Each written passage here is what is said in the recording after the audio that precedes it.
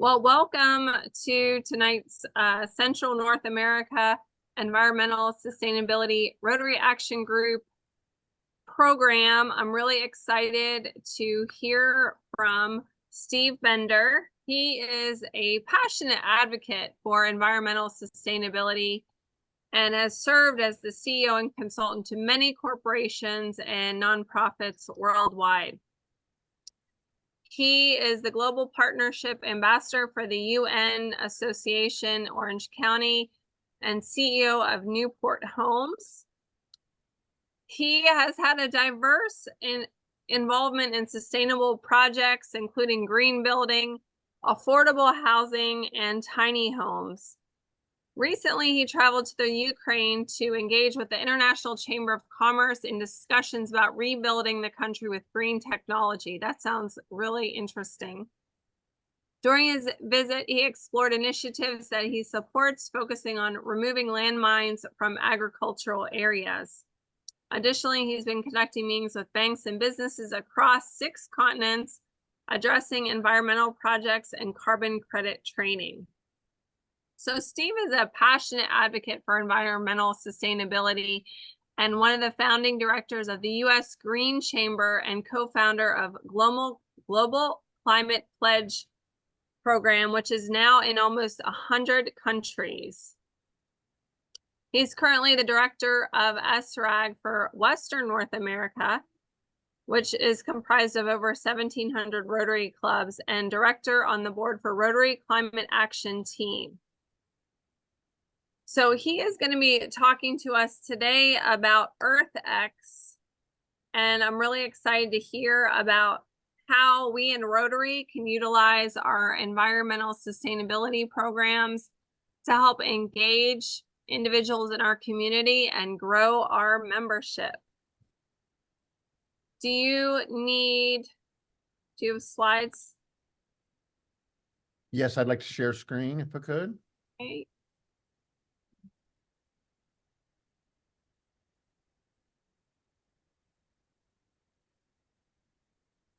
So what I thought I would do, guys, is that we've got is kind of explain to you a little bit about me and the projects that I've done and the club that I started, etc.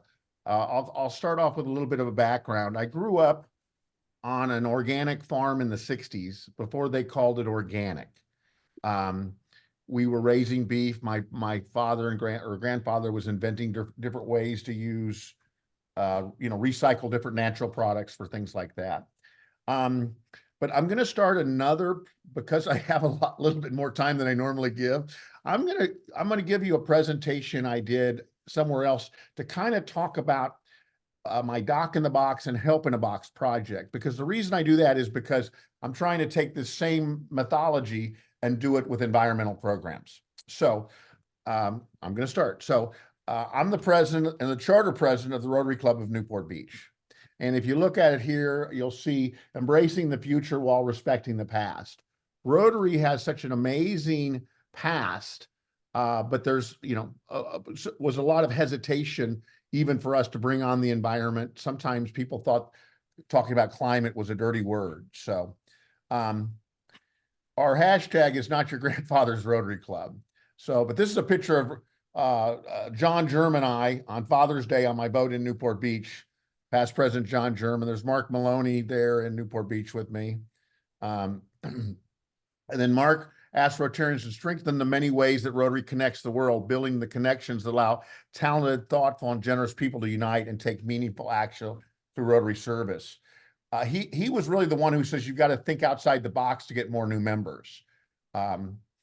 So I developed a software program for our club, and this is how we judge our programs. It's based on the 4-way test, the 7 areas of focus, the 8 pillars of positive peace, and the 17 United Nations Sustainable Development Goal. So when we evaluate a project, A, it's got to pass the 4-way test. Then B, it's got to be one of the 7 areas of focus. Then we count up how many other things it crosses, and then that's how we evaluate the project. It might sound a little simple or complex, But if you were to go to our website, which is rotaryglobalserviceclub.org, you can click on any of those boxes at any time, and you can find out what projects fall under those categories. And I developed this in a WordPress program that I'll share with any Rotary Club for free. So I'm kind of well known for designing what was called a dock in the box. About 15 years ago, I was approached by an organization in South Africa. They just basically wanted me to give them a check for AIDS education. I looked up I researched the area, Kandla, South Africa. It's got the highest concentration of AIDS anywhere in the world. And I realized that 20,000 children were dying a year from AIDS. And one of their biggest problems was called the virgin cure. And I'd never heard of the virgin cure before. Has anybody else? Okay, it goes back thousands of years, but it basically says that anything can be cured by having sex with a virgin. And so one of the big problems they were having was these old men with AIDS were raping younger 12 and 13-year-old girls and giving them AIDS. So at the time, my nieces were 12 and 14. And after I stopped crying, I go, I'm not going to send you guys a check. I'm going to send you a solution.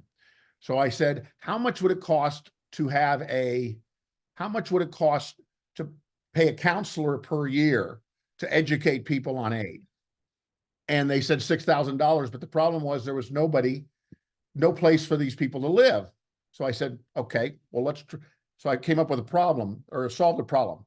I got a 20-foot shipping container donated, and I went to a local high school that I've been volunteered at for several years, teaching green building skills.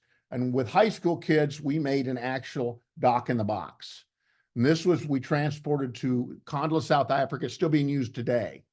After I did that, I was asked to do a dental box, a vision box, and all these other different programs to design. So this is a dental program that I designed out of a 20-foot car hauling trailer that we do over $1 million worth of free service of dental service in Southern California. Then I made one for vision. So anyway, I kept doing these things.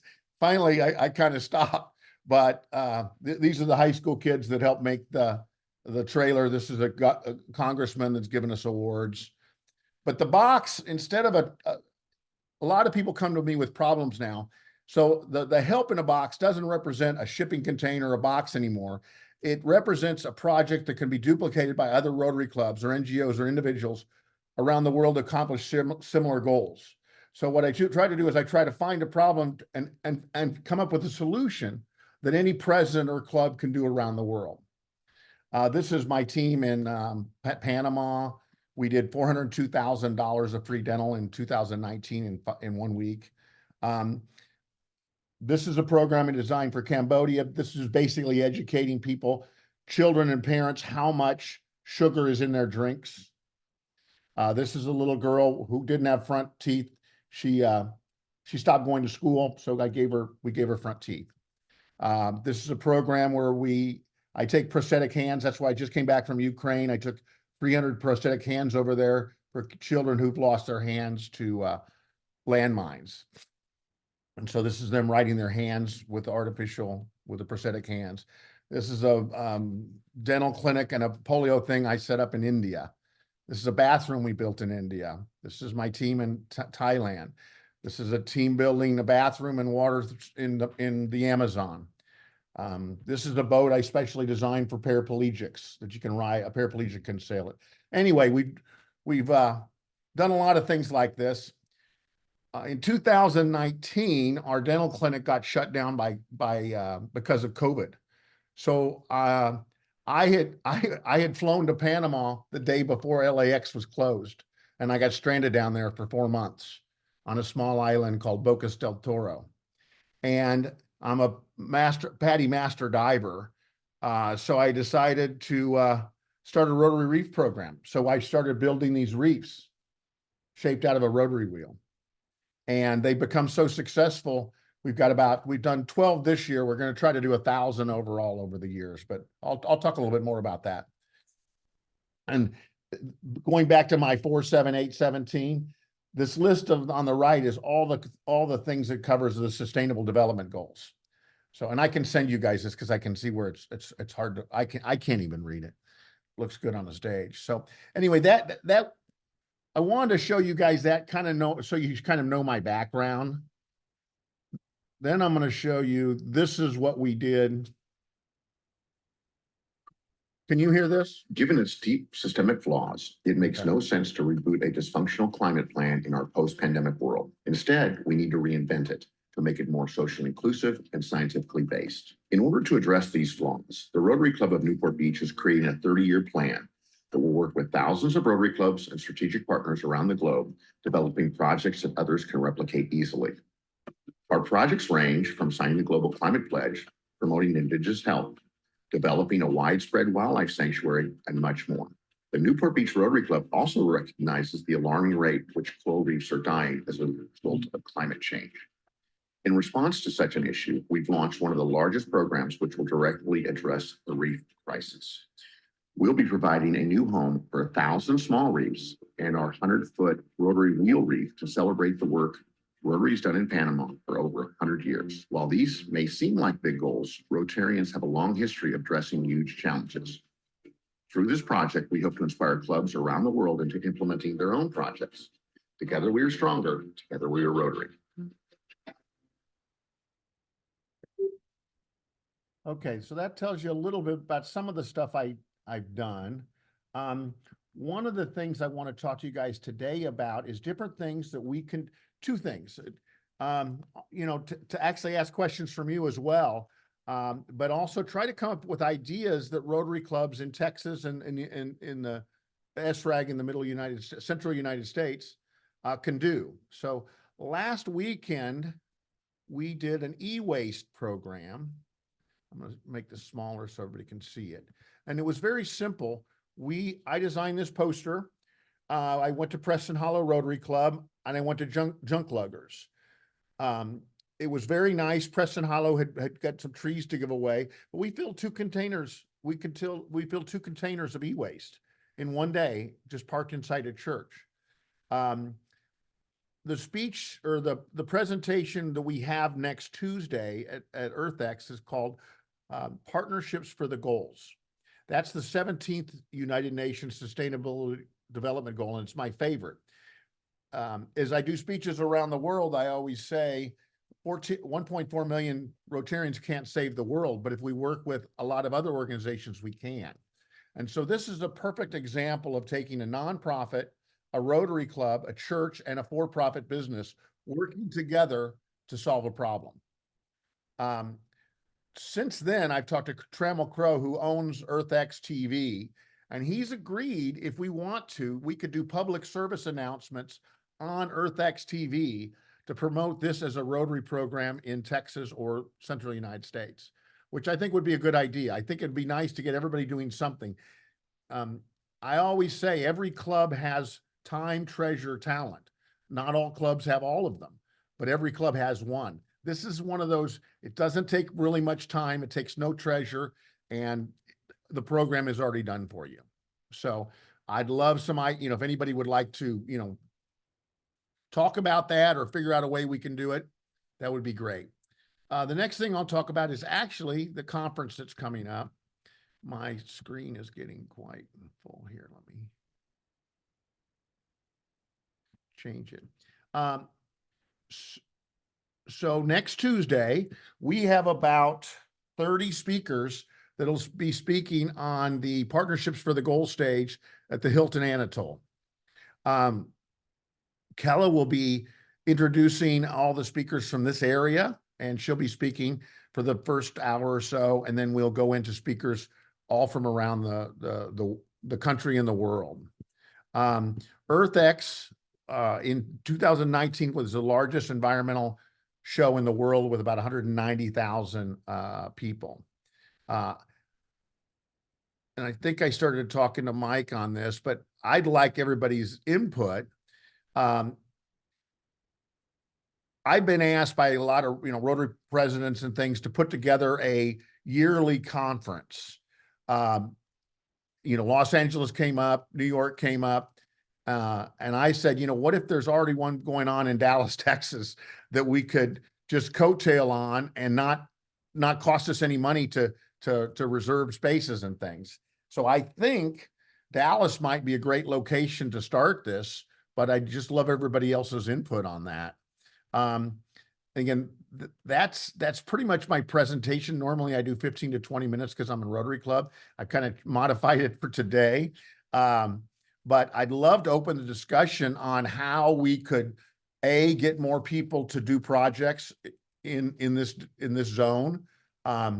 B, how we can get more people to come to this event to watch to see our Rotary speakers, and then C, what ideas of would we want to commit to something in the future to growing this every year to where Dallas is known as the Mecca of Rotary, the 7th area focus.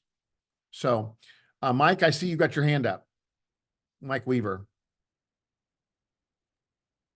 Yes, sir. I'm very intrigued by your battery project.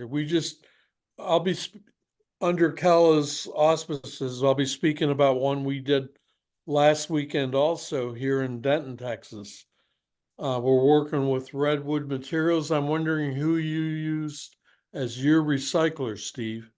Well, it's funny you say Redwood because there's a huge movement up in Seattle that they use Redwood as well, and they've got some interest. I'll send you the posters they use, but keeping lithium out of the landfills is so important.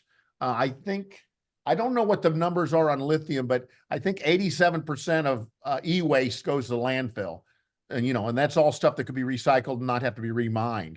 So when I saw your speech was on lithium, I was really intrigued.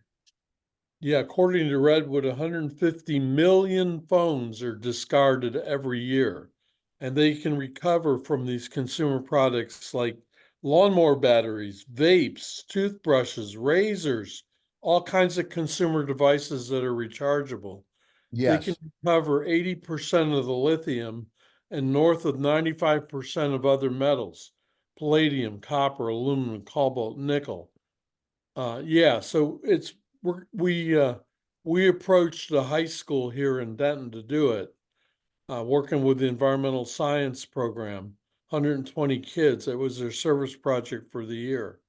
And I'll talk more about it at the conference, so I don't want to belabor it here today in case there's not that much interest. Yeah, But no, I'd I love think to talk to you about it. Yeah, it's so important, and I'm eager to help get the word out. And I would imagine at the conference next year, next week, Andrew Siegel from Junk Luggers will be speaking with Alan McReynolds, who's the president of Preston Hollow Rotary Club, and they work together on this. And they actually, I have an 800 number that anyone in your district can call. They have recyclers in every area. Now, they take everything and then they give away stuff to the appropriate people. So I don't know what the position, I need to ask Andrew that for Junk Luggers, but they take TVs, everything, and then they put it out to the appropriate person.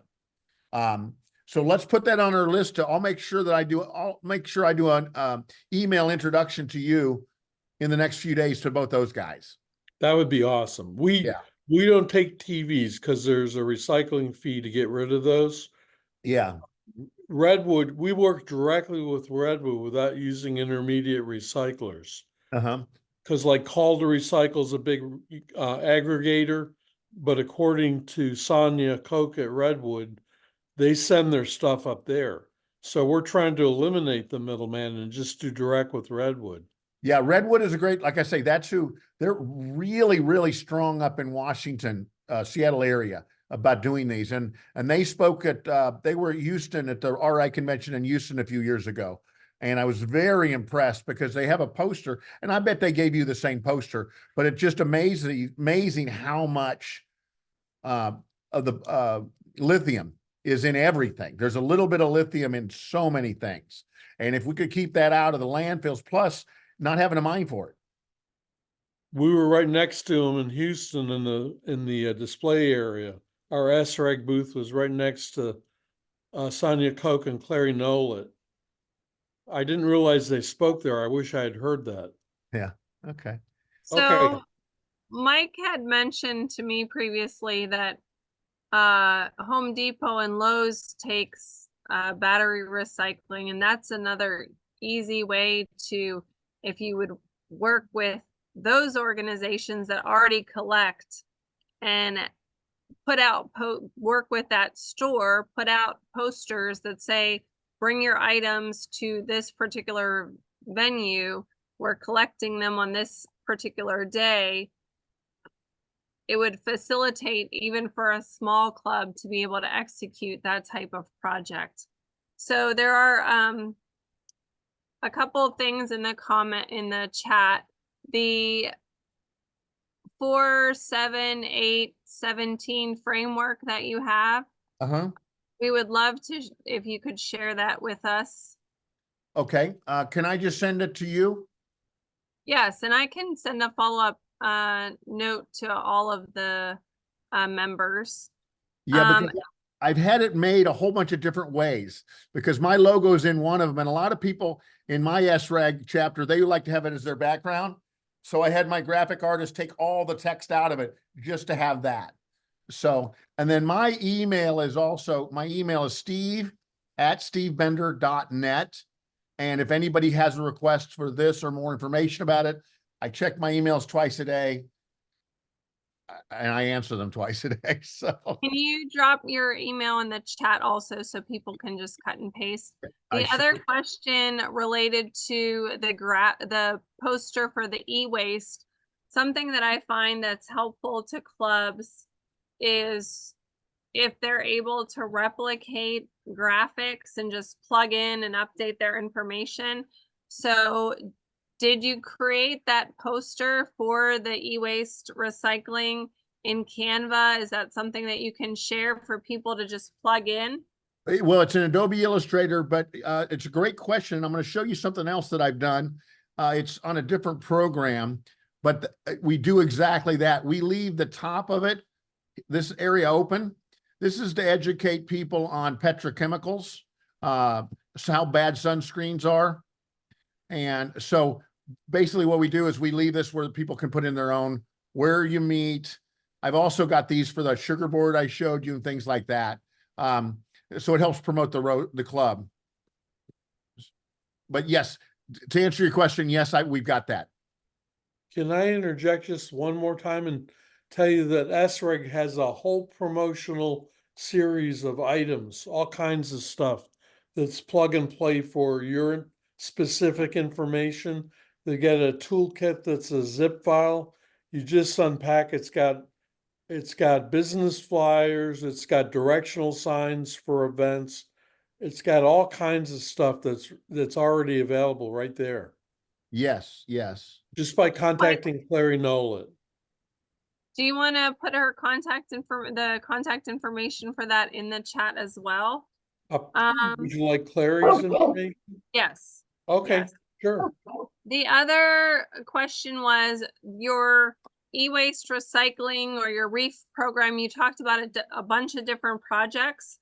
Have you put those in iRotary for other groups to be able to like see the framework and replicate? A lot of the tree projects we have, we don't have the reef project in. The tree project is just big everywhere. But that's something I need to do. If I can get a clone. Well, so any notes that you have to be able to put into the system helps other clubs be able to replicate programs and share some great ideas like the reef idea. I love that as someone who does snorkeling and scuba myself. I thought that was really cool.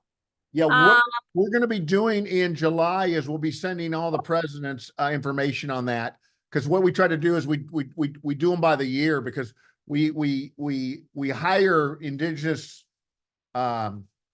people to do that, so it gives them labor, but it's one of those things that's good to do a whole bunch at once, like 10 or 15. And so but yes, I'll share that with you when the next program starts in July. And then in August, we're taking, I think, 5 or 6 Rotary clubs down to Bocas del Toro to be able to snorkel the reefs that they funded and plant some more trees and et cetera, et cetera. So I'll make sure you guys know about that too.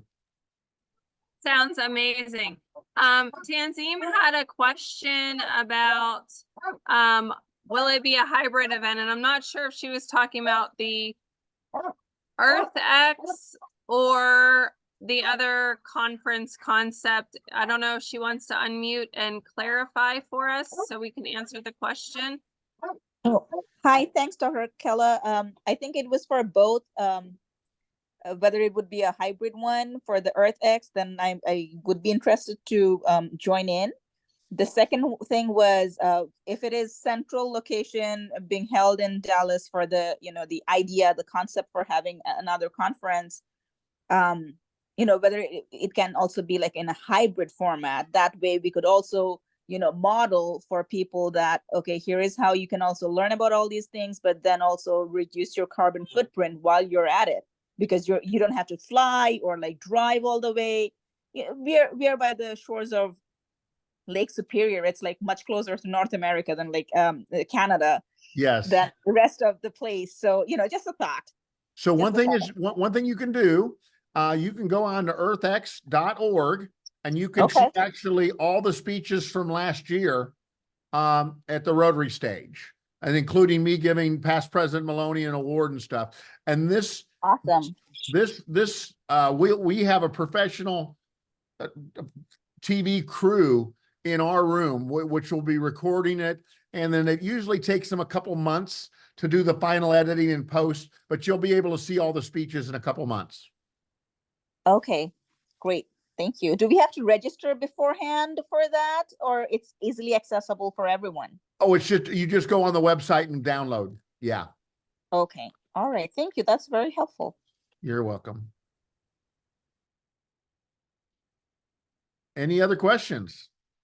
There was also one she was asking about. Tanzim asked about a QR code for the, I think she was talking about the 47817. Yes, I was. I was hoping we have a Earth Day event coming up this weekend, and I was hoping we could share something like that with the folks up here in Northland. I'll be happy to send you this. I'm 62 and I'm still using a fax machine. So the QR code No worries. is Yeah, a little, if I can get a I'm PDF. learning, I'm doing the best I can. I can't believe I'm operating everything the way as good as I can, but that's a great question. I think I'll get this out to anybody who emails me, and then I'll put a question mark to see if I can do a QR code to my graphic artist tomorrow. So I can probably help with that because I created a QR code for our ESRAG that has links to like the pollinator and the lunch out of landfills and a lot of the programs. Mhm. And if you have the documents on a web page, I can add that as a link, and it's all under one QR code. They scan it and they can scroll down and pick what they're looking for and select it. So I already have the QR code created. I just need the website address where the document is housed, and I can add it to the QR code. Okay. Kella, can I get that from you before Saturday morning? The current one that you have? Yeah. If it's not too much to ask. I'm gonna write myself a note. Send QR code. Thank you. That will be very helpful because we get a lot of folks out there at that event, and some of them, they're like, do you have a QR code? That's what they kept on asking us. They're like, why are you giving us handouts and flyers? And I was like, okay, good question to ask. And we are making our QR codes as well for our club. So yeah. Absolutely. So the other things that I wanted to talk about today, we know Earth Day is coming up next week, and it's a great opportunity for your clubs to do some sort of easy project or encourage members to do some sort of earth-friendly initiative that day, whether it's spend an hour and go pick up trash, or educate someone, do an educational post about an initiative like recycling or composting or e-waste recycling. There's so many different things that you can do. You could share links to any one of our initiatives like Pollinator Garden or the reef projects that he mentioned, anything like that. Educating people is a great thing to do. Or you could go plant-based diet that day to help support that initiative for environmental friendly and loving the earth. So I'd encourage you to post something that you're doing that day and definitely tag us so we can share it on our Facebook page for Earth Day.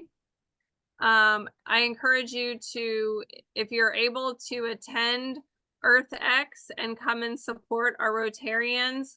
Steve has discounted tickets for those who are not presenting to attend for the event, and we can set up, he has offered to set up tables, reserved tables for Rotarians. If we can get clubs engaged to come to that, that would be a great opportunity. And as he mentioned already, if you are not attending, you will be able to get those recordings later from the EarthX TV. Some other things happening. Is anyone going to Rotary International? Show of hands. Anyone? So that is another opportunity. If you have a, if you're going and you have a couple hours, you could volunteer at the ESRAG booth and educate other members at Rotary International Conference about ESRAG, get people to sign up for our programs. But we're also looking for our members to support growth of ESRAG across Central North America through a couple initiatives. At our last chair meeting, they challenged us to have ESRAG district chairs. So if you do not have an environmental sustainability position in your district, I would ask that you contact your incoming district governor and indicate that it's an initiative driven by the higher levels of Rotary International, that they're asking districts to have an environmental sustainability director on the board for each district. And ideally, that person would be able to funnel information and locate members from each club that they would share information to that are environmental chairs for their club. So you have, every club should have an environmental chair that helps plan these projects and shares about projects. And those people would report to the district director for environmental sustainability, who would be instrumental to our efforts in Central North America, because I would be able to share information with them. So that's a homework assignment for you. If you don't have a environmental chair in your club, it doesn't have to be you. You can ask someone else to get involved as well for that role, but also reach out to your incoming district governor and ask for a seat at the table. Mike and I will be co-chairing that seat for District 5790 this upcoming year. So I'm excited for us to help grow environmental initiatives and awareness in our district. Additionally, one of the other initiatives that we worked through PETS, we had representatives set up tables about the Environmental Sustainability Rotary Action Group, ESRAG, at PETS across our region. And as we move into district conference season, if you are going to be attending your district conference, please reach out to whoever's planning that conference and ask for an ESRAG table. We can arrange to get materials sent to you including signage to help promote and get members in your district, because we can't do it alone. As a small number of individuals attending programming, or even members at large, we need engagement in every district, in every club. And one of the ways to do that is to be present at district events representing ESRAG. So I have tools available to you. I just need a little bit of notice for that. My district conference is next weekend, and I will be having an ESRAG table there and hopefully get some new members. And this is a great way to recruit people for ESRAG, because the people who come to your district conference and the people who come to PETS are active Rotarians who want to get more involved and are ready to be educated. So this is an opportunity for us to leverage our knowledge base and get people excited about environmental projects, because as we get more visibility, ultimately the goal is more environmental projects. Every club should have at least one environmental project during the year, and we've already talked about some really easy ones: the e-waste, picking up trash, having educational seminars, and you don't have to do it alone. Mike and Steve both talked about partnering with other organizations, churches, for-profits, nonprofits, to get a bigger impact for those programs.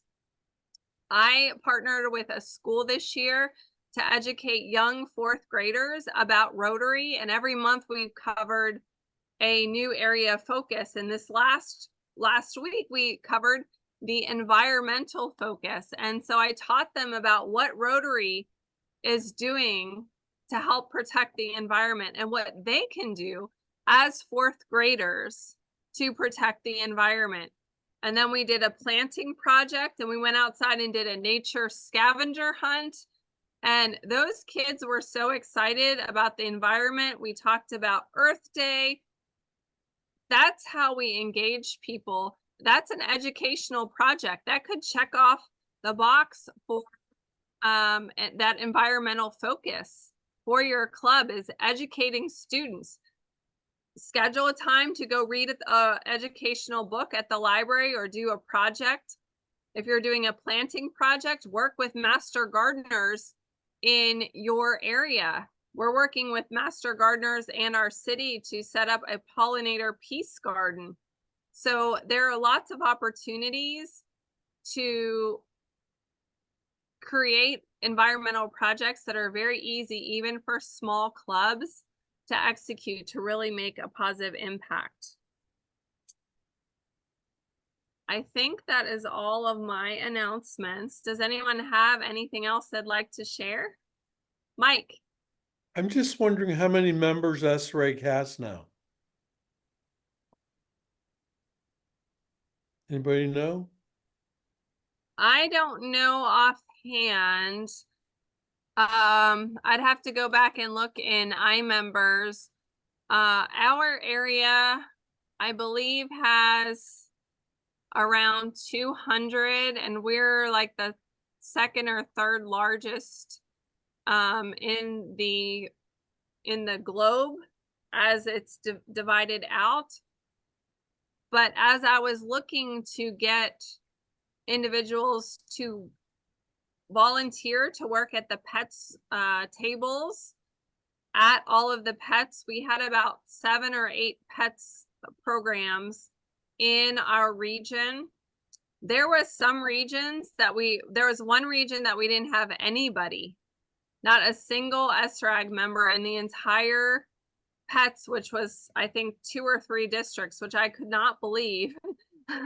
That was crazy to think that we didn't have anybody in multiple districts, not a single person. And then there was another PETS that had multiple districts that I think we only had like 12 ESRAG members across 3 or so districts. So there's definitely a huge opportunity for growth. And I would encourage you as we record these programs to share them. You can invite people to attend to get ideas and to get excited about the environment and get engaged in all of the great things that we're doing. I just think it would be interesting to know how many international members we have.